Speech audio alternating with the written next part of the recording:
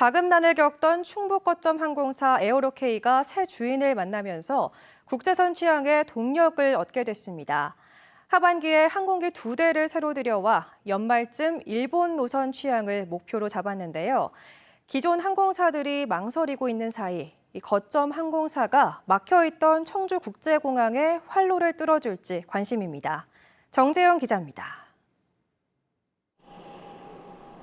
매년 적자를 거듭하며 자본 잠식 상태에 빠진 에어로케이. 출혈 경쟁 속에 하루 3번 띄우는 제주 노선만으로 흑자를 기대하는 건 애초에 불가능했고 2호기, 3호기 도입은 계속 연기됐습니다. 100개가 넘는 기업을 만나 설득한 끝에 자산 규모가 2조 원대인 대명화학그룹의 자회사 DAP에서 투자금 300억 원을 약속받았습니다. DAP가 에어로케이 지주사의 지분을 64% 갖는 최대 주주이자 사실상 새 주인이 되는 겁니다. 투자금은 내년 7월까지 3번에 걸쳐 지급하기로 했고 1차분 100억 원은 이미 받았습니다. 마른 하늘에서 이제 단비가 내린 거죠. 2, 3호기 항공기 들어오는데 돈이 좀 투입이 될 거고요. 안전이라든지 이런 부분에 투자될 금액이고, 그리고 신규 직원들 채용하는데도 일부. 에어로케이는 미뤄왔던 추가 항공기 도입을 하반기 중에 끝내고 코로나 이후 청주공항에서 국제선 정기편을 처음 띄우겠다는 목표를 세웠습니다. 노선은 수요가 많은 일본으로 잡았습니다. 충청북도도 거점 항공사가 나서 청주공항 국제선 하늘길을 열어주길 기대하고 있습니다.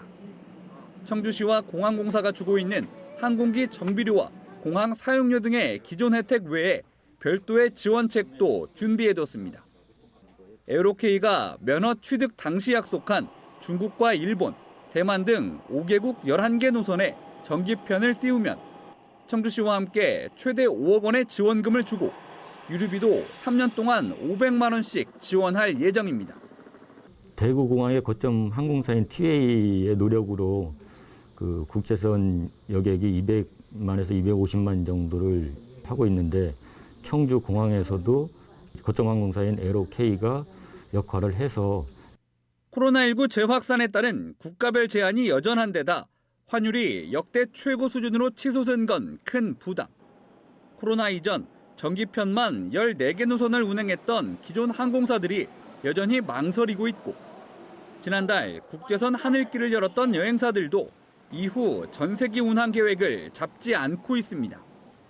하지만 국내선만으로 버텨온 에어로케이도 새로운 돌파구를 찾겠다는 의지가 강하고 지자체 등의 지원 확대와 여러 악재가 호전될 가능성도 있어 연내 국제선 정기편 재개는 아직 기대할 만합니다. MBC 뉴스 정재영입니다.